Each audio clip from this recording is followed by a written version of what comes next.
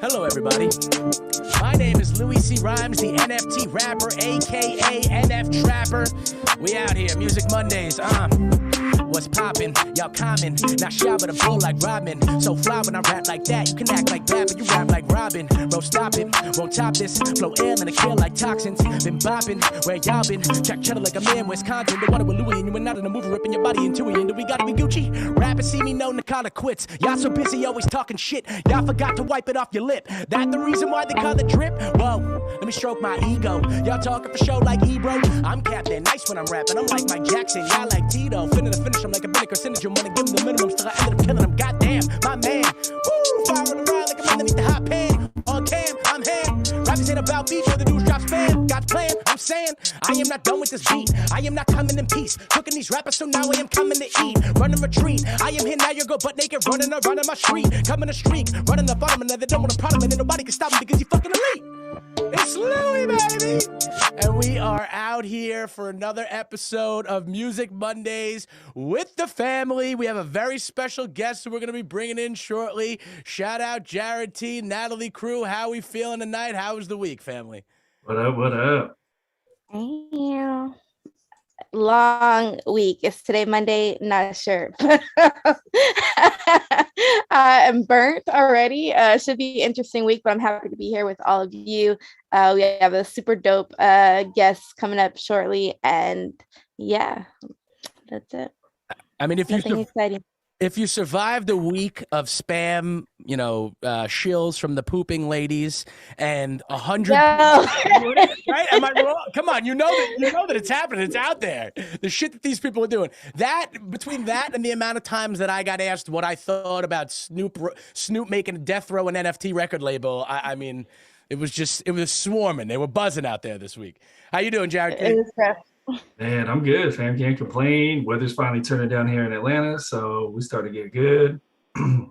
Excited to get in the show. Let's hear about these hip hop heads and to get into our guests. We got some good stuff queued up tonight. So I'm gonna share my screen again, guys, folks, family. I have been out here. I have been building like a motherfucker. Now, when I say building, I'm doing all of this shit myself. Jared T and I are now the proud owners of Metaverse Land in Crypto Voxels. Guys, Crypto Voxels has been like literally my favorite thing about the Metaverse since I discovered the Metaverse back in Token Smart days, early Cypher days when we were on the stage roof. I'm gonna bring you in right here because I got some updates for hip hop heads that I want you to be aware of. And we'll go from there. So let me just share my screen really quick, and then I'm gonna make it full screen so that we could, do who's a watcher here. So if everybody steps into my Terradome, aka HHH headquarters, the ILB sanctuary, if you will, step into the dome at louiscrhymes.com, folks. I am the NFT rapper, aka NF Trapper, and I don't just claim to be it, I am it. So I wanted to turn my website into an interactive place that everybody could experience the content through the metaverse by being in world and actually, being there with me. So I'm going to make my window a little bit bigger, and I'm just going to assume everybody could see this. And if you can't, guys, let me know, but I got a lot of stuff to cover. All right, so here's the deal, folks. We got some hip-hop head updates. First things first, we have a logo. It's on the screen right in front of me, and also I'm going to mute my screen, but this is actually playing our... I got to mute my screen. Oh, boy. So it happens. Makes Nifty crazy. Nifty's sitting in the back with his bag of popcorn. The popcorn goes fucking crazy. He hears me with the double audio. Now, so we got our Hip Hop Heads logo. It's right in front of us. We got our graffiti logo. I'm fucking hyped about it. Shout out to Vinny Kanicki for taking care of the logo. When you go up to the logo and click on it, it'll take you to the Hip Hop Heads website. But there's actually a vote going on right now for this logo that if you come downstairs, it'll actually take you to a little screen here. It says merch vote, right? So we're voting. Hip Hop Head holders are voting on what kind of merch they would most want to see in the Hip Hop Head store. And we're talking IRL merch that'll be offered to Hip Hop Head holders at an exclusive discounted price, of course, and then we'll sell it to the public for the price that is much higher than that. Anyway, click this link or click this picture, and it'll take you to the Discord where you can vote.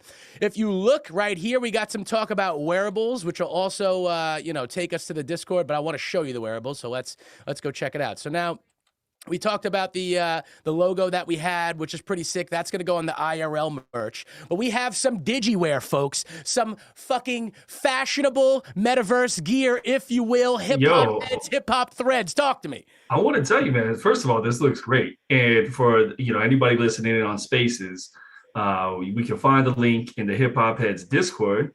Right, Louie? And this looks good, man. Louie been telling me he's been building, and like I just hadn't got a chance to get down there, and I was worried it was going to be like a volcano or something like that, but it looks pretty good. You thought there was just going to be shit all over the walls. All you hear is Bob sagging. There's shit everywhere. Clean this shit up. Yeah, I was worried I was going to come in and this would be like 2 bricks, and he's like, "What do you think?" I'm like, but this looks dope. No, I appreciate it. So I don't want to take too much time. I want to stick to like 5 or 6 more minutes max because I want to get to our awesome special guest. But anyway, these wearables, if you go up to them and you click on them, it'll give you an actual option to try it on. So if you're not clothed in the metaverse and you came to louiscrhymes.com and you want to grab something to wear while you walk around, all you got to do is go up to any of these wearables and you'll be able to access the wearable and click on it. Now, this one wearable here is special because it has an It's Louie Baby logo on it and a Hip Hop Heads logo on it. So anybody who holds both Hip Hop Heads and an ILB NFT will be able to claim that. Now, the way we're doing the claiming process is very simple. The Discord, I'll be honest, it's a desolate back alley. All you see is me talking to my fam and my team, and we're all in there. But I want to get to know my collectors. I want to get to know my people. And I want to, more importantly, see what's up with you guys. You might have something that's going on with you, and I'd love to support. So come through the Discord, flash your hip-hop head, be like, yo, Louie, I saw you talking about the claim, and I'm going to give it to you. I'm going to announce the official claim tomorrow on the Discord. We're going to announce it on Twitter tomorrow, but I wanted everybody to be aware of it first. And remember, when you're walking around the parcel in louiscrhymes.com, click on everything. So the next thing that I wanted to talk about is that there's a special wearable not here. It's actually a Hip Hop Heads chain. The reason why that this chain is special is because there's going to be a snapshot taking in mid-April where all of the Hip Hop Head holders at that point will be the last people who get on the list to receive that chain. I will personally airdrop the chain to you. That chain is going to be where any Hip Hop Head member has exclusive access to post their own art inside of the metaverse and have it live in a location that they could show it off and flash it off to other hip hop heads in the community. So I'm pretty hyped about this Hip Hop Heads parcel that we got going on. And the next thing to talk about is the NF Trapper drop. I'm going to make it real quick. We're doing another drop. It's called NF Trapper. There's going to be a smart contract, custom made. It's going to have 10 to 16 tokens max. The goal of this is to give you crazy utility for my super aggressive collectors and also for my artists trying to look for some assistance with making smart contracts and making their own project. Basically, there's a tier of utility, and it goes as follows, starting from lowest to highest. If you own this NFT, and then in combination with other NFTs, these are all types of things you could get, and I'm just going to make it fast and read it off. You're going to get a vinyl of the NF Trapper project. You get commercial rights usage to all the music that you mint, an autograph from me, yours truly, and more importantly, an hour phone call, because a lot of people have been reaching out to me asking for consultation, and I'm not trying to charge you for that. I'll do it for you for free anyway, but if you buy an NFT, you're getting to the top of the list. Just call it what it is. As you go down the list of utility, you'll see more NFTs that you hold. If you hold Hip Hop Heads, if you hold ILBs, you'll get more utility out of them. So basically, if you hold an ILB or a Hip Hop Head in conjunction with this NF Trapper token, you could claim the vinyl of that record. So if you hold an ILB token, you could claim an ILB vinyl. If you hold the Hip Hop Heads token, you can claim a Hip Hop Heads vinyl. As you go down, you'll see that you'll be able to create a donation in your name of your choice to where you want it to go to. And also, this is kind of what I'm most proud of. This is really what I want to see happen. The furthest tier of utility is that we're writing custom smart contracts for utility. For utility. Writing custom smart contracts for artists as a piece of utility. And really, I'm trying to be a part of, guiding them through their project and pushing that movement that they're doing with whatever work they're into. So yeah, there's a whole lot more in terms of the details of that, but we've got the ILB collection on display. We've got the NF Trapper collection on display, which will actually take you to the Rinkeby contract if you click on it. And And last but definitely not least, it's collab season, folks. I have got a lot of collabs in the works. Want to shout out a few homies right now. We got a collab in the works right now with Anna, and that's Anna Diorio and Boombox Head. Boombox Head is a sick beat maker. He's also somebody from the Token Smart community, and I'm sure we know him out here, our vibe, our tribe with the lads. I got a collab coming with Kane Mayfield and DJ Lethal Skills. I have kept it a little bit quiet. Kane is definitely ahead of me in terms of what he's been able to get out. I got my part coming, though. I'm hyped for that collab. We also got a collab with an awesome artist called Veronica Cho. On Twitter, she's Poems by Cho. She's singing with me over another Boombox Head beat. And then shout out the dude KRP. KRP is an Indian musician with a completely non-traditional sound for hip-hop that hit me up and was like, dude, I like your style. I want to collab. I'm like, send me something. He sent me something. He was quick to the punch. And yeah, he piqued my interest and gave me a dope beat with some dope like Indian strings on it and different sounds. And it was fucking fire.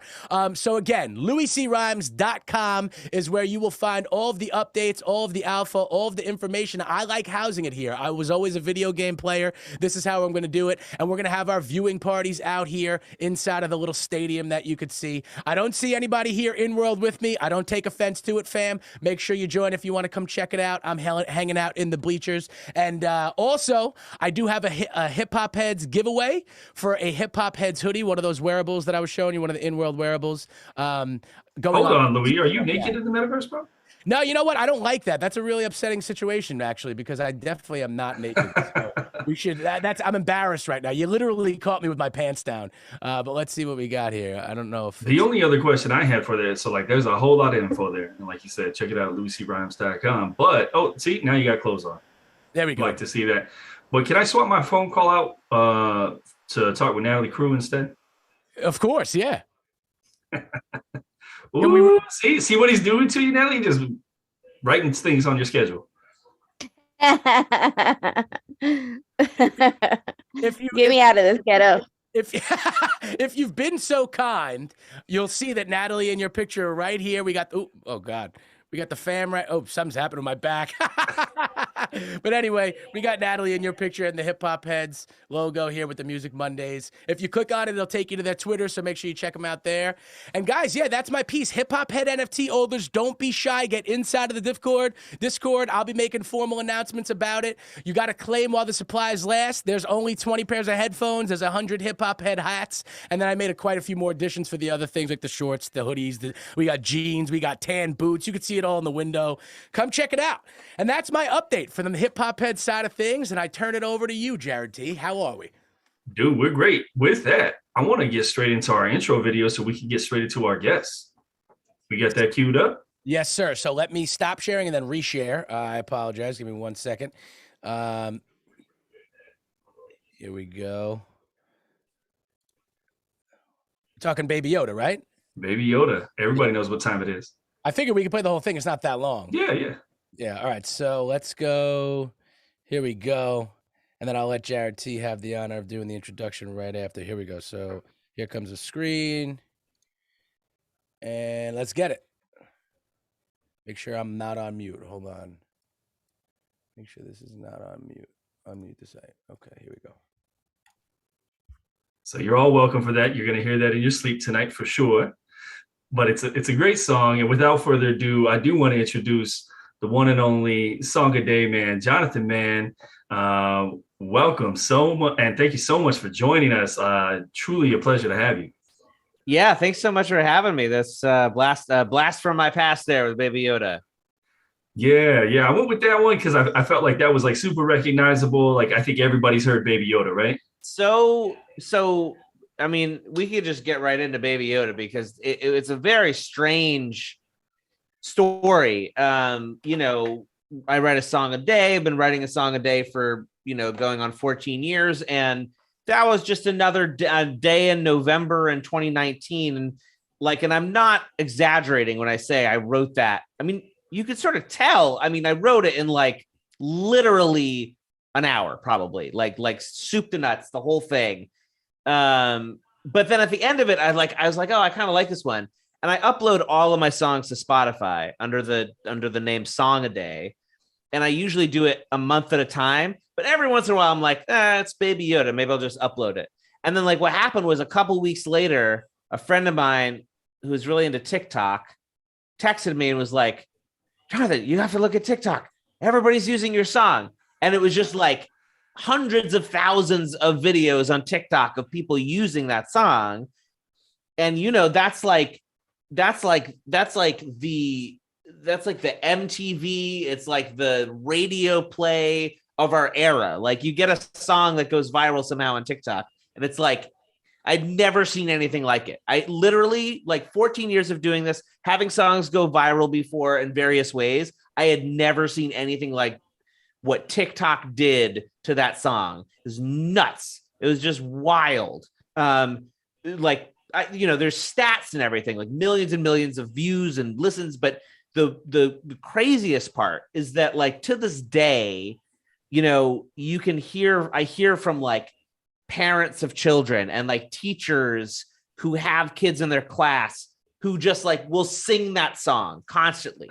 Little kids, you know, my niece who was she was like 10 at the time, like several times had to like have me make videos for her and be like, yeah, I'm the guy that made Baby Yoda, so that her friends would believe her that like I was the guy that made Baby Yoda. It like had this weird like middle school cultural impact that like I could never have, you know, you can't manufacture that. That's like pure and utter like kismet and just a happy accident, you know? That's incredible. Like, I mean, I was familiar with it. I'm pretty sure everybody here was. Louie, you heard it before too, right? Yeah, dude, I'll be honest. I think I heard that on TikTok. And then when I heard it again, when he sent it to me, I was like, oh, shit, this was on fucking TikTok. Because I also was floored by what that app can do. I know what you're talking about. Yeah. It's nuts. And then here's the other side of it, right? Song took me about an hour to make. I uploaded it on a whim. You know, a year later, when The Mandalorian was coming back on the air, I was like, okay, I'm going to be ready this time. I'm going to do, because that song, like, you know, the voice on the verses is really weird. I'm like singing like this weird. I was like trying to do like a Yoda type thing, but like I didn't really do it right or sell it. And everyone thought that I sounded like the guy from the creepy clown from It, I think, or whatever, you know, like that's like what everybody said, and they're not wrong. And so like I got my friend Britain to sing, who's like has this beautiful Broadway singer, like beautiful voice, who could really sing, and she did the verses and we did the choruses together. And I had my friend Sam do some of the production for me, and I had my friend who's a really good mixer mix it, and we did the whole thing. And it went nowhere. Nobody listened to it. Whatever. Doesn't it always go like that? Always. And this is like one of the things I've learned more than anything else in Song a Day is that the things, like every single time, the things that I spend all my attention and energy, I put my heart and my soul and my like everything, I put it into, and it goes nowhere. And the fucking thing that I just like don't care about, I literally, and so this makes me realize, and the biggest thing I've realized about Song a Day is this: like, I have no idea what people want, like what other people are gonna like. It literally has no. The thing that I make, it does not matter whatsoever what I think about it. Like, if I hate something or if I think it's dumb, I put it out anyway, and someone fucking likes it, and I can't explain it. And if I love something and I think it's great, no one listens to it. No one cares. So it's like, I have no control over that. So I may as well just like do what I do, just keep doing it. And then like, you know, put it out and see what happens. That's the only thing that I know how to do. That's a testament to all the artists out there making sure that they put it out instead of second guessing that shit. I appreciate you saying that, Jonathan, man. I see Natalie. I see you, Natalie. I know that's what you're thinking. Natalie's Baby Yoda. I see the song in my head. I'm like, Baby Yoda. I'm like, I don't know. You can go right now to Twitter, put Baby Yoda, baby Yoda into quotes on Twitter. You could do this. Anybody listening, you guys right now, Baby Yoda, baby Yoda in quotes in Twitter. You can people just tweet that. People just like tweeting the chorus just constantly. Still, they just tweet it. Bro, that's like, crazy. It's so weird.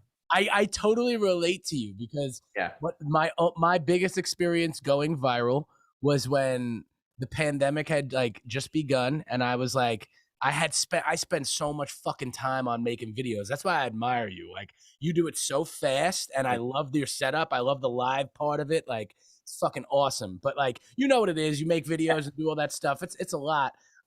But so I'm like, screw this. I'm done. I'm just putting a Bluetooth speaker in the background and I'm rapping and that's it. And I woke up one morning and I had this rhyme that I had practiced and I was like, let's do it. And I'm wearing an orange Biggie Smalls sweatshirt and a green bathing suit. And it's because it's the pandemic, right? My wife's pregnant. So like, we're afraid to go outside.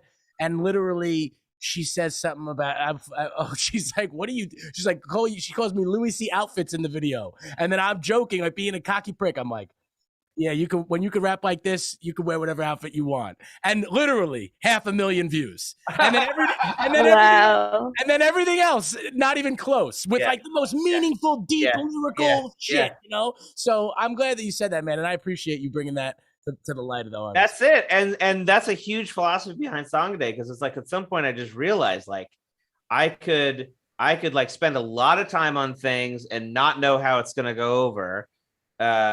Or I could just make things every day and see what happens, you know? And it doesn't do that. It doesn't go viral every day, but like, I'll tell you, it's like, it's relatively consistent in like just, but by a numbers game, you know what I mean? It's just like, my friend used to call it lottery tickets. You buy, you know, most lottery tickets you're going to lose, but like if you buy a lottery ticket every day, like eventually you're going to win. So, you know, like that's the whole thing. When there's something I want to get into with you. And so you have this 70-20-10 number that I've heard you talk about. Before we get into that though, and like, I've told people about you, and the three of us here know about you at this point, but like, I can only imagine what the reactions are when I say, yeah, we're talking to Song a Day, man. And they're like, what do you mean? And I said, he's literally made a song a day for over 13 years and you just had a drop. So, you know, that number is staggering to people. And I mean, it is to me too. It's incredibly impressive. I do want to hear about the 70-20-10, but for everybody that isn't familiar, if you could just talk about what this has been like. Yeah. So I started on January 1st of 2009, if you can imagine that. I saw there was a comment that went by recently where somebody was like commenting on a song from back then, and they were like, I was 11 years old and watching these, and I'm like 23 now. And like, you know, this song meant so much to me when I was 11. I'm like, oh my God, like that is a long time when you put it into that frame. 2009, you know, I started posting to YouTube every day. And I was supposed to only do it for a month. I just aimed to do like a month in January of everyday songs. And at the end, I was having a good time and decided to keep going. And then I reached a year. I sort of aimed for a year. And then it's sort of at that year precipice, there's a choice basically where like either I was going to keep going or I was going to stop. And I just decided to keep going. And then once you do a year, then suddenly it's like, okay, well, now I have to go at least like either 1,000 songs is the next time you can stop, or 5 years. You can't do 3 years. That's dumb. You can't do 4 years. That's stupid.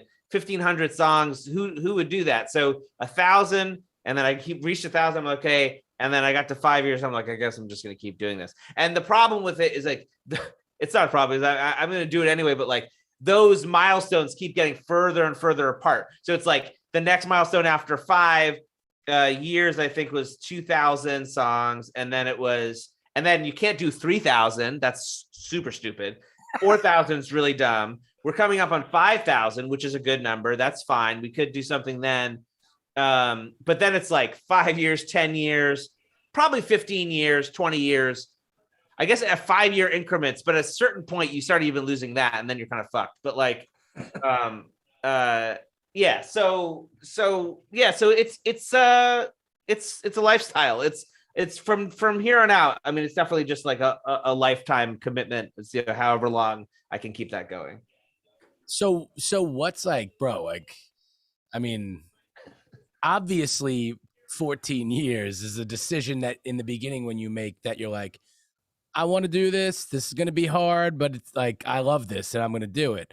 But you got to have some level of musical, ambition, just like to be able, like, because you're really good at it. I watch old videos. I scroll through the collection. I see some of the old videos.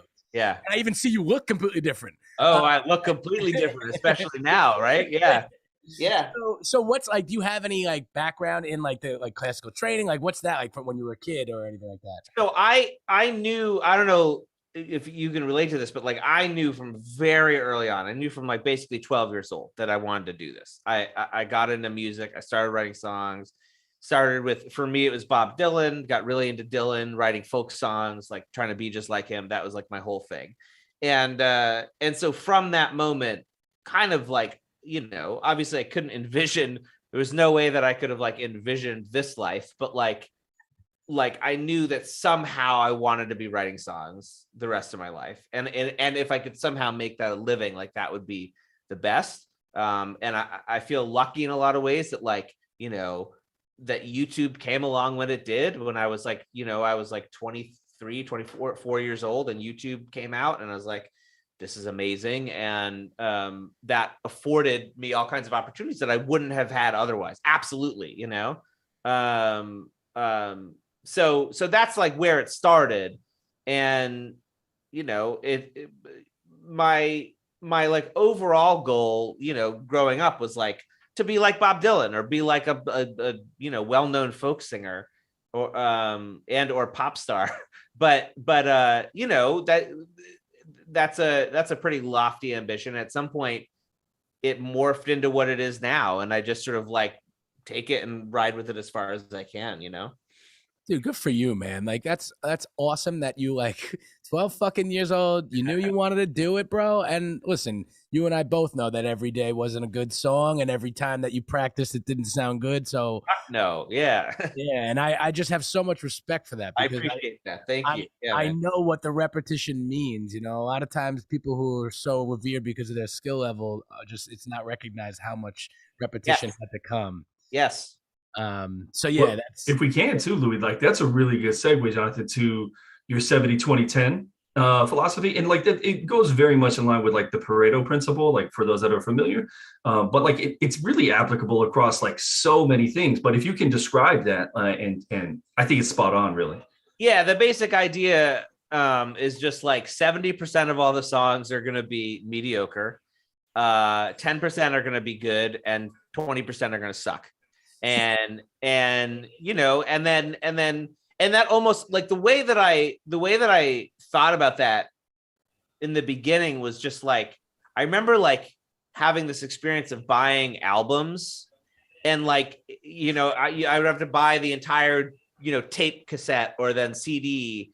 And it was so rare. It was vanishingly rare that like that I would like more than a couple songs on an album. Like the whole, like most album, like, I can name those because those are like special albums. Those are like really special albums. But you would notice that like, fuck, like most of the, like there's 20 songs on this album and like 3 of them are good. And the rest of the, some of them are okay. And then there's some that stink. And that kind of holds true for so many different things.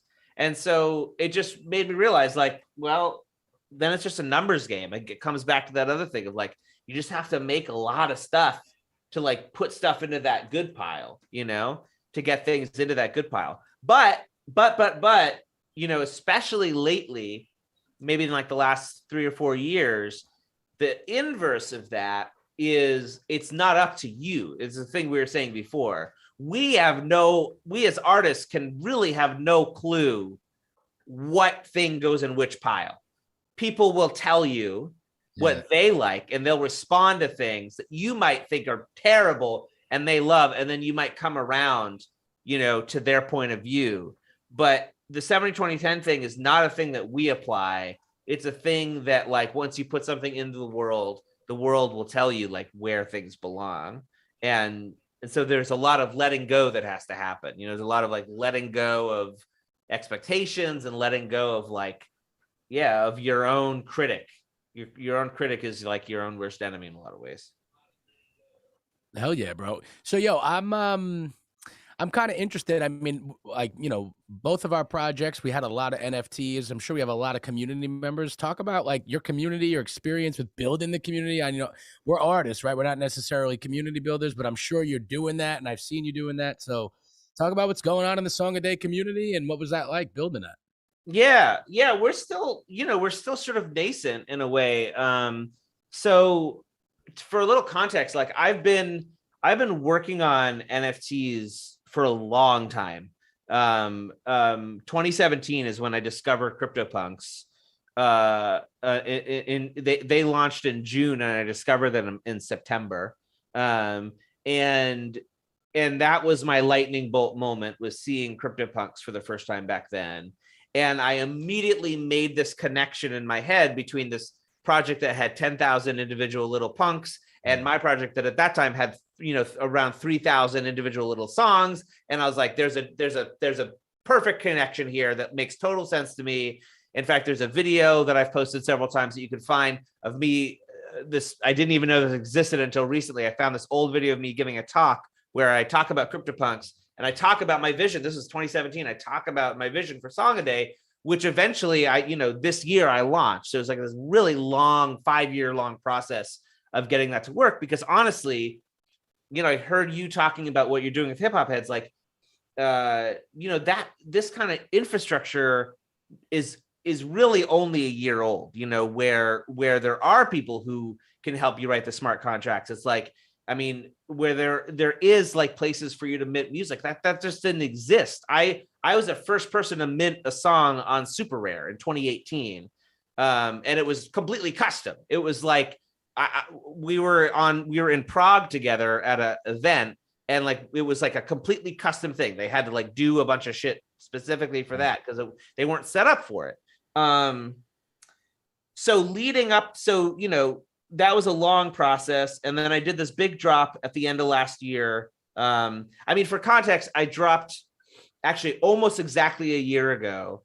In 6 days, it'll be exactly a year ago. I dropped year 1 of Song a Day, 365 songs for 0.1 ETH each. I dropped on OpenSea, and they sold out immediately. And it was like, this is great.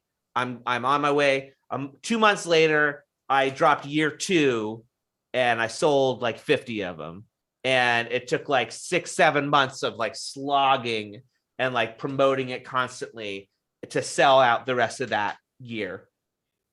And that's when I decided, okay, instead of doing it yearly, I'm going to do the rest of them all at once. Cause like, this is how most projects do it. They do a big drop. I'm going to do that. So then I dropped on December 31st, I dropped years 3 through 13 on my own contract. I used the funds from the first drop to pay people to build the contract for the second drop, for the big drop. Yeah. We put the whole thing together, and I'll tell you like the real truth about that too, like, which is that I had no idea how it was going to go, because the first one sold out instantly. The second one took literally 7 or 8 months. It was a long time. So I was like, I was totally prepared for it to take a long time. I was like, I was pricing them really high. They were 0.2 each. I was like, I know that's high. Like there's a supply of like, 38 something, not counting the first 2 years. And so I posted it. And for the first like half hour, it was going at the speed that I thought it would. It was like, okay, we're getting some early adopters, and like, okay, this is going to be the pace. This will be kind of slow. And meanwhile, I was like DMing, everybody. I was like DM everybody that I knew. And one person I DM'd, who I always would DM when I was doing a drop of some kind, is Pranksy. We're sort of friendly. And he doesn't always answer. He's a busy guy. I know that. It's totally fine. This time he happens to answer, and he says, "Hey, Jonathan, I just minted 100." And so you know what that means. Yeah, that's it. And I explained this to people, like he wasn't saying like, I'm minting 100, like I specifically want 100. He's a supporter, so that's cool. But like, he was saying, I just sold out your project for you. Yeah. All the Degens are now on Nansen, like looking at this, and they will and like within a half an hour it was gone. Good for you, man. Literally because of that. And I will tell you, like, if it weren't for that, and then Gary V jumped on and whatever, and like it did the whole thing. But if it weren't for Pranksy, you know, believing the project or whatever, like helping me in that way, and I'm so grateful. But I will tell you, there is a flip side to that, right? Which is now, rather than having like, you know, 4,600 like committed, strong, diamond-handed supporters, I have, you know, 1,600 strongish people, and then like a fuck ton of Degens who are like flipping that shit, losing money, like driving my floor price way down, like YOLO, what the fuck, like who cares? Like 5 minutes later, selling it for like half price. I'm like, what? Like, I'll never understand it, bro. And you know, I will never get it. I will never get it. This is the explanation that I get. This is the explanation that I always get. Yeah. Oh, they're trying to recover some liquidity so that they could get a more rare asset. It's like, bro, like, no, it doesn't make sense. You're throwing money away. But the question is like, what did they think was going to happen to start? Exactly. Like you thought you were going to buy it and it was going to 10x immediately? Right. Exactly. Yeah. So for your drop, I tried to get it and I was on pretty quick and it just minted through so fast I couldn't even get through. So congratulations. Get one. I was like talking to my brother and he was like, and then my brother and my parents, they couldn't get one. They were like, they were ready. Dude, I remember that day too. Your website had like a white background. It was like white color. Yeah, I remember that. I tried to get one too. Yeah. But that's the flip side, right? Like it was wonderful that it sold out so quickly, and I'm so grateful to Pranksy. And the flip side is we have this culture in NFTs that is so tailored to the degen way of life, and eventually it's not sustainable. Like it's just not sustainable. You know, if we ever were to enter like a true NFT bear market, and believe me, we have not seen that yet. Like you know, don't get him nervous, Sean. Don't get him nervous. 2018, 2019, 2020, or you know, like that was like winter. It was a real deal. You know, they'll all go away, and it'll be a completely different landscape.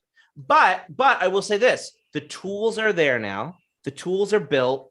There are, you know, real people who are trying to do something real and legitimate, you know, so that I think like something more sustainable can come out of it.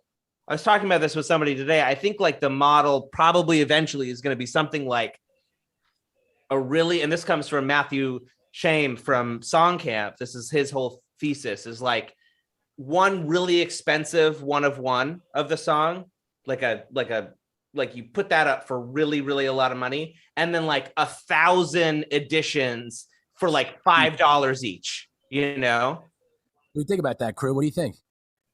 I always tell people like I love kind of seeing Latasha and Kay Mayfield and all the people that we've had on the show are just in this space kind of really experiment with different models and push forth not just like one pathway but like multiple. Kay Mayfield put out a fire ass kind of rollout with his latest NFTs handprints last week, and he put some stuff on Counterparty. Most people are not on there, and he's like, yo, like this is why I'm gonna put some shit on Counterparty. You think there's Degens in the normal space? Those people are crazy as fuck. And so and shout out to the homies over there, and he just put it out there and they swallowed that shit up. And then he put another kind of I guess edition of his NFT on I think it was Emblem Vault, which is on the Ethereum ecosystem. And he was like, yo, like I know some people can't really like get at this price, so I'm just gonna tier these prices, and like whoever gets it first, like that's what it is, and like the price will go up, and like that's what it is. And so like I love people kind of experimenting with different models, and we have to make space for all these things to like occur at the same time. So we have at least, if nothing else, like some protection if we do go into a bear market, if nothing else, to have like space to kind of radically imagine like other ways to kind of exist in this space. So I don't see, I know a lot of people are going on to like specific platforms and minting their songs for $1. I'm like, you can go on fucking Apple and like wherever else like to do that shit. Like let's really reimagine what this shit can be, because that's just my take on that. Counterparty, you know, that's where the very first music NFTs existed, right? I saw you guys know Skrilla, DJ Pep, all that stuff. Yeah. Like, that's like the real original NFT music. That's literally where it started. Yeah, for sure. I do want to say, Natalie, like I like the idea, and everyone's like, we got into this whole pattern of like make 1,000, make 5,000, make 10,000, you know, and like there's going to be this 100,000 thing. The idea of the bonding curve, and I remember last year, like you would see all these things like no bonding curve, fair pricing. Honestly, though, if you do a bonding curve, not only does it set a real price for everything, it sets a real supply for it too. And then you can put in some sort of mechanism to burn anything left over if you wanted to do something like that. So bonding curves is a very interesting thing because there's a difference. There's a very important difference between a bonding curve and a FOMO ramp. And they often get conflated, right? Mm-hmm. FOMO ramp is simply, you know, you need to buy fast because the first prices are going to be lower, the later prices are going to be higher, right? Hash masks, if anyone remembers hash masks, famous FOMO ramp there. But a bonding curve is something really special, and we've not seen the last of bonding curves because the mechanism in a bonding curve and what lets you find that price that you were talking about, like the actual price in a bonding curve, is that part of the money from every transaction goes back into the contract of the bonding curve. And at any point, someone who owns the asset can sell the asset back to the bonding curve for the price that it's at the moment.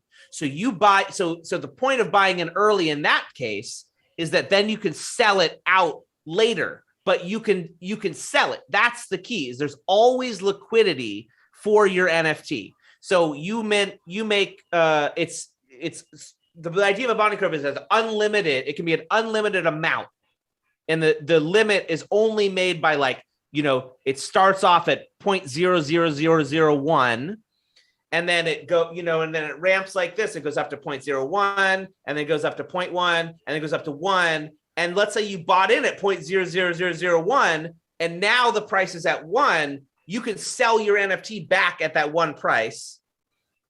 And then, that's the market that you create. You create an endless liquidity market, which is something totally aside from, I want to say, Euler beats. Euler.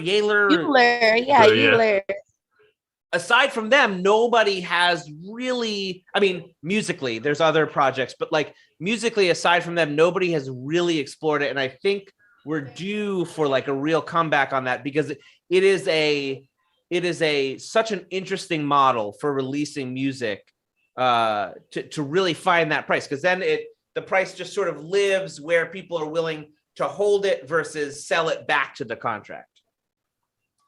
Bro, you just dropped so much knowledge. My head just fucking exploded. I'm not into the whole economic market side of things. I have to learn it, but I appreciate that. I'm not either, but honestly, like I since 2017, like I've learned about this stuff a little bit, and it like I never thought. My wife says, like, you sound like a fucking like banker now, Jonathan. like what's going on? But like I really get off on it because they're interesting ways to. Everything that I do, everything that I get excited about is only in service of Song a Day. Basically, it's like, how can I apply this to Song a Day? How could I do this in a way that affects Song a Day? So we just released the first ever song as a Harberger tax. Okay, so what a Harberger tax is, and this is another thing that I think is underexplored and probably going to be, I hope, and I think it's going to come to the fore. The idea of a Harberger tax is this. You have public property on one hand, and you have private property on the other hand. Public property is a park that is funded by by our tax dollars going to the government, and they maintain the park, and everybody can use it. Private property is your house. You pay for it; it's your house. There's nothing in between. Harberger taxes is a way to have something that is neither public nor private property. It's a new kind of thing that's sort of right in the middle. It's actually a very old idea that goes back to the 30s. There's this guy named Harberger. I forget his first name, Charles Harberger or something like that. He came up with this. but with this kind of like smart contracts, we can do this in a much simpler way than in other ways. So the way Harberger Tax works is on the very simplest level. I made a song, and the song happens to explain Harberger taxes. That's what the song is about. The song is just explaining Harberger taxes. And someone bought that song. There was an auction, an initial auction. Someone bought it, I think, for 4 ETH or something. And then they have to set a price. You have to always set a price on the asset. So you don't have a choice with a Harberger tax. It's not, you don't, and that's in that way you own it, but you have to set a price at which you would be willing to part with it. Now, the key is that you have to pay a tax on that price. In our case, it's 0.1% of your price a month. Oh. Wow, okay. So if you set it at 100 ETH, you have to pay 1 ETH every month that you own it. And that 1 ETH in this case goes to me and it goes to Beats DAO. Or no, it goes to my DAO, goes to Song of DAO, and it goes to Beats DAO, gets split. Now you could funnel that money into any number of things. You could fund it to public goods. It could go anywhere. But in this case, it's an art, it's a piece of art. It goes to me and the people who made the contract for it. So then somebody buys it for 100 ETH, and then they have to decide what price they're going to set it at. And then they have to pay that. So it's a totally different mechanism. It's a totally different way of imagining ownership. The fucking Harberger tax, this guy. You know what I feel like? You ever see that movie, that Christmas movie? It was like Burgermeister Burger for some reason. Harberger tax. Yeah. That's the next song. Yeah, for sure. But this stuff is like, it's just this is what this space can be. These are the kinds of experiments. And I think like as the crazy, frothy, really intense part kind of dies down a bit, this is the kind of stuff that comes to the fore. This is the kind of stuff that really people start to experiment with. Yeah, man. And it's fun too. Like it's game theory on a whole nother level. Yes. Louie, if we can, let's try to get into some of these songs while we got a little bit of time left. So the first two I put on our list are the Eclectic Method remixes. Mm-hmm. They're kind of loops, so like they'll be nice and quick. But if I can pressure you into it, I want to know which one your favorite is. Okay, hold on. Let me get these up real quick. I can tell you the story behind these two, which is it's actually kind of another failed NFT experiment where after that first drop, oh yeah, look at that. After that first drop, I hired a bunch of animators. This is Brian Brinkman, actually, who's hit the mic on there, Louie. Or the Well, while he's talking, if he wants to explain, and then I'll hit the mic. Yeah, there you go. We did 10 of these, and we did 50 copies of each. And the idea was we were going to send some money back to the original owners of the song, some money to the animators, some money to Eclectic Method, and some money to the people who helped me set all this up. And it did not sell out. It did not sell very well at all. But it was a good idea. And it was sort of like this idea that is very popular right now, which I'm very sort of lukewarm on, but like of like providing utility, right? Like the utility stuff that we talk about. This was like an early attempt at that. But where we sort of went wrong was like, we would have been way better off if we just made like a PFP or something rather than try to do this whole complicated like remixing with like animation. It's all very expensive. Like it just didn't. I literally know exactly what you're talking about. It's like, I got to get this guy to draw it. Then I got to get this guy to make it move. Then I got to get this guy to make it look 3D. Like, yes. Exactly what that is. But I will say they're fucking awesome. Like artistically, they were a triumph, I think. Dude, it's crazy. Yeah. Sorry, real quick. I was just gonna say, because the people, it's Eclectic Method, and then like you mix up all the artists. Like it's like very like talented folks on here. Insanely talented, yeah. Yeah, here we go. I don't know if it'll play from the beginning. Right?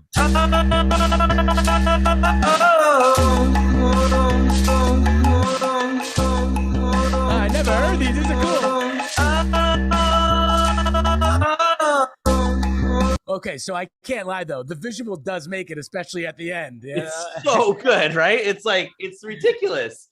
It's So ridiculous how good that is. Yeah. Another one. Hold on, I want to get the other one too.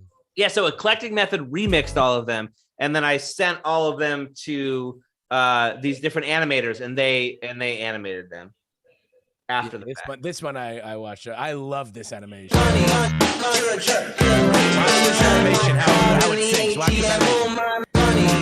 You're a jerk. My card in the ATM. Oh, my money. You're a jerk.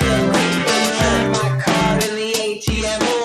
That one is fucking seamless. You love a smooth transition like that. Everfresh. Just check out his animation. Like all of his animation is like that. It has that kind of like liquidy quality that's like just so good. Yeah. Oh man, I forgot how good those were. Dude, they're absolutely great. Liquidy is what it feels like. Here, you want to play? Can we play one more? The one that I think you want to play.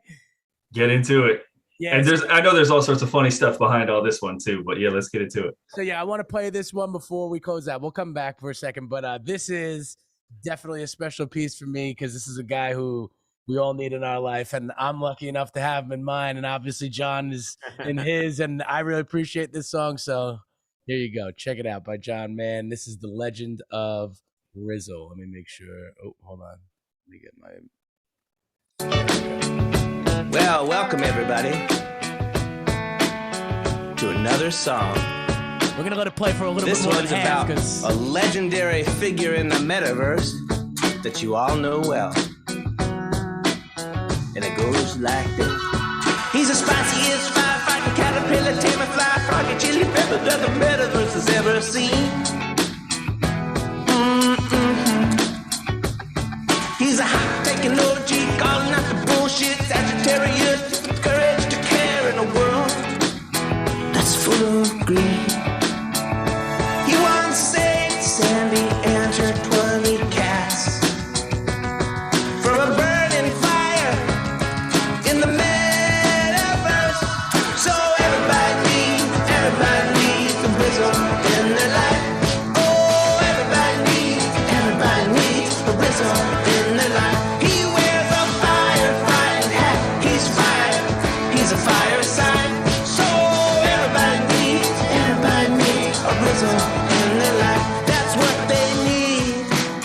That's what they need.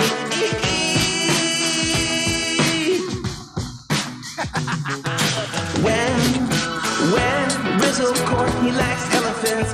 He's a spirit animal of the metaverse. Oh yeah. Dissenting thought he was a bot because he was always the first to see everything. To be a Rizzle and never grow up. I love to be a Rizzle and never grow up. Oh, everybody needs a Rizzle in their life. Oh. And with that being said, we all know we need a Rizzle in your life. First off, that line about that he seeds everything, that just resonated with me so much because I shouldn't say it, but I'm just gonna say it. I've been a torrenter since I'm like 7 years old, and like that just resonated with me. But seriously, man, like literally what you said about him, where it's like a man who cares in a world full of greed. Yes, he's the bomb. Definitely appreciate that song. Big supporter of the Hip Hop Heads Project, and just a person who is kind of like Jared T. I got to give it to him too. And, somebody who I met in the same process. I feel like I met Natalie in the same way too. Like it didn't matter who I was. It just mattered that they liked my shit. They liked my vibe. They were cool with me and like they supported. And that's the same way I feel like Rizzle operates, like to the bone, calling out the bullshit Sagittarius. So he's just such a genuine guy. And that song came out of, I often will just say on Twitter, like, what should I write a song about? And like 5 times in a row doing that, Rizzle would just go, me. He'd just go, me. And so then what I did is I reached out to Matthew and everybody, and I was just like, all right, give me like a bunch of like secret, secret stuff about about Rizzle. And I actually used to do that for a living, like for years and years and years. One of the ways I was making a living, the minimum was $100. And I had a thing on my website, like a form you'd fill out. And it's literally just that. It's like, who is the song for? What are their likes? What are their dislikes? Tell me a story about them. You give me all that information. And like, that shit is like, I did that for a year. That's like, I can do that in my sleep. But then that song came out so good. Like that's a perfect example of like, I don't fucking know why that song came out so good. Like, I don't like, I like it didn't have to, but it just did. It like all the pieces kind of came together and it fit really well. And I love it when that happens. It doesn't always happen, but like it happened with that song. I'm really glad it specifically happened with that song too. I was very happy to be able to give that to him. It's a beautiful song and an amazing gift. And for all of you out there listening, my birthday is June 26th. All I want is a toy burger and a song by Jonathan Mann. Thank you. That's how I cuss everybody out in DoorDash too. We'll make sure we'll FaceTime you. I hope we won't have to FaceTime you from NFT NYC, but if we do, we'll make sure to FaceTime No, you. I'm going to be at NFT NYC for sure. Go! Whether I will not be at the actual conference, but I will be there. Obviously. I mean, we don't do conference. You don't need to go to the conference. Yeah. No one goes for the conference. We do hold on, though. curricular activities. Louie's talking, though. Oh, you're talking at the conference. Well, there you go. This guy, he puts me on. This is why we pay him the big bucks. Yeah. I forgot about that. I am talking. I am a guest speaker. I have a 10-minute segment about music NFT utility. And I'm for anybody watching, I'm planning to do it all in a wrap, 10 minutes. Perfect. So that I'm pretty excited about. Yeah. And yeah, come check me out. But yeah, so we are in kind of a closing statements. I do want to make sure, John, that you just plug again, like obviously, your Twitter, but like anything else in terms of where people can find you. Yeah. And if there's just anything else that you want to send them off on in terms of what you're working on or to look out for. Yeah, every single day my song is available as an NFT at songaday.world. The minimum price to start the auction is 0.07, and you can also find one on secondary where the Degens continue to drive my floor down, so you can pick them up on the cheap. Only a song a day very simply gets you into Songadao, and there's a bunch of stuff about that, but you can go read about that on the website, songaday.world. Everything is there. Appreciate you shouting it out. Dude, I experienced the opposite problem of you. I didn't have a viral sellout, but I don't have 4 flippers I can honestly be thankful for. They've held my mint price well above. My 4 is well above my mint price. So that's the trade-off. Literally, that is the trade-off. That's it. So yes, so I understand that argument. But yo, I am going to do something a little new tonight. And Natalie, John, Jared, feel free to join me in this. If anybody comes to the top of your head, I want to give some shout outs just to people who I'm in the space with that I see doing stuff and dropping stuff. And Kane Mayfield was the first person, but Natalie beat me to it. Kane Mayfield's drop with handprints is absolutely fucking astronomical in a good way for the space. It is earning money to fight against child labor. Kane told me some shit about, we were literally on a phone call about how if you combine LA, New York City, and Chicago, it wouldn't even make like a 16th of the amount of kids that are involved and used and abused in child labor. So like just what he's fighting against. I saw him post a celebratory tweet where he already raised a certain amount of money. I think it was like $2,000 in like 10 minutes. Like, fuck yeah. So shout out to Kane Mayfield. He's got an episode on Music Mondays with us. Make sure you check him out. Wednesday night, we have a Galactic family reunion with Anna Diorio and Artemis Wild come through. I'll be sharing more information with that in my Discord. And I also want to shout out a guy across the pond out in Australia. My guy 3Q Collectibles is a really cool project I'm into in terms of the way he's dropping it. Obviously, somebody who did a generative art music project, it kind of like hits my bell. And 3Q is like this project where he's doing these generative art cubes, but they're based on music and they move. They're basically like custom made equalizers and they move. Really cool art. Check out 3Q. And yeah, those are my shout outs, but I want everybody here, if you have a shout out to give, please give it. Yeah, I got a quick one for you. Sorry. Go ahead, Natalie. Go ahead. I was just going to say, so like, I'm a really big proponent. Like I get asked all the time, people always say like, hey, how do you pick music NFTs? And like, look, I go off of 2 things. Like this is like 90% of my criteria. Can I afford it?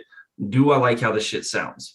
That's what's important to me. And so like I've supported, somebody you've never ever heard of, all the way up to some of the big artists, if I could do that. And like, it's not always just cheap things. Like I've spent like 0.4 on a song, and like just different things like that. It just matters if you really like it. Everybody needs the support, and like not everything is going to turn into like this great 10x. Now, I will say everything I do buy, I will list for 10x. So if somebody wants to lift it off of me for that, I go the opposite way, Jonathan. Like if you want to buy it from me for 10x, I'll sell it to you for 10x. But like I like buying what I like, and it's just a matter of if I can afford it or not. So, everybody keep an eye out for, like, you're not going to get rich on everything. So, buy shit that you like. And support the people that you like. Appreciate you saying that, Jared T. Natalie, what's up? Facts. I'm gonna always give a shout out to Kane, because Kane this last week just like blazed a hole through this space. And shout out to the homies at Counterparty. They're onboarding people on Clubhouse. I know they didn't want to though. Left and right, teaching people how to use Counterparty, giving them the warnings, obstacles, wet signs, and all that other stuff. And so I want to give a shout out to the homies at Counterparty, Who Is It, and Holden, and Pork Chop, and the rest. Only in this space do people named Pork Chop. So I want to give a shout out to them. Also want to give a shout out to the whole ass space today for clowning people that think people have to have rarity traits in their music. And so want to give a shout. I saw that. Want to give a shout. I saw that tweet. Yeah. I was like, what the fuck? But okay, I want to give a shout out to Faith. Also, Black Dave has had the hottest hot takes the last week, and want to give a shout out to him. And so big up to everybody in the space holding it together. We are igniting a revolution. Shout out to the OG Skrilla and the rest of the homes as well. And so yeah, it's been an amazing show. Jonathan, next time I hope you can come back and tell us all about this DAO stuff. I'm knee deep in it, in Steve Club and all these other DAOs. Want to hear more about it next time we see you. Much love. Louie, back to you. Appreciate the shouts. John, man, I'm going to put you on the spot because I gave everybody a chance. If there's you want to shout out. This Kane stuff, I'm looking at the Kane website now. This is fucking amazing. I want to shout out my buddy Matthew Chame, who does Song Camp. They turned 1 year old today, actually. So like today is their 1 year birthday. They just had every week he's been doing these heartbeat calls on Discord. And what an achievement. And I've heard a little bit about what they've got coming for their third camp that they're doing, Camp Chaos, right now, which just sounds absolutely mind-boggling. The depth of what they are working on is really quite neat. So props to them and him and their whole thing. It's just amazing. Yeah. Congratulations to them. Thank you for sharing that, Jonathan. Super quick. What's the name of that? What was the name? Song the tax? Song no. Song the tax. Oh, Harberger. There you go. Harberger Tax. Yeah, Harberger Tax. Yeah. Meister Burger. With go that, to, wait, what is the website? Go to harberger.tax, I think it is. Yeah, go to harberger.tax. You can see my song about it, and you can bid on it. It's there. And if you're interested about talking about bonding curves, Jonathan Mann and Jared T are your guys and your place to be. I will talk about them for days. Yeah. And so John, thank you so much for coming on the show. Really appreciate you blessing us with your presence. Love the music. Love your vibes. Really can tell you're a dope person. I hope one day I get to meet you in real life. I'll obviously be at NFT NYC, and we know Natalie now will be too. So hopefully we'll be able to load up that crew. But yeah, I'm going to close us out. Remember, Hip Hop Heads, we got a giveaway in the Discord, in the Hip Hop Heads Discord, for a Hip Hop Heads hoodie wearable. If you own a Hip Hop Heads NFT, that means you are owning the claiming rights to another Hip Hop Head wearable NFT. So come through the Discord, come claim your metaverse wearables, say what's up, and I'll make sure I get them out to you. My name is Louie C. Rhymes, the NFT rapper, a.k.a. NF Trapper. It's Louie, baby! And this is our episode of Music Mondays with Jonathan Mann. We out of here, fam. Much love.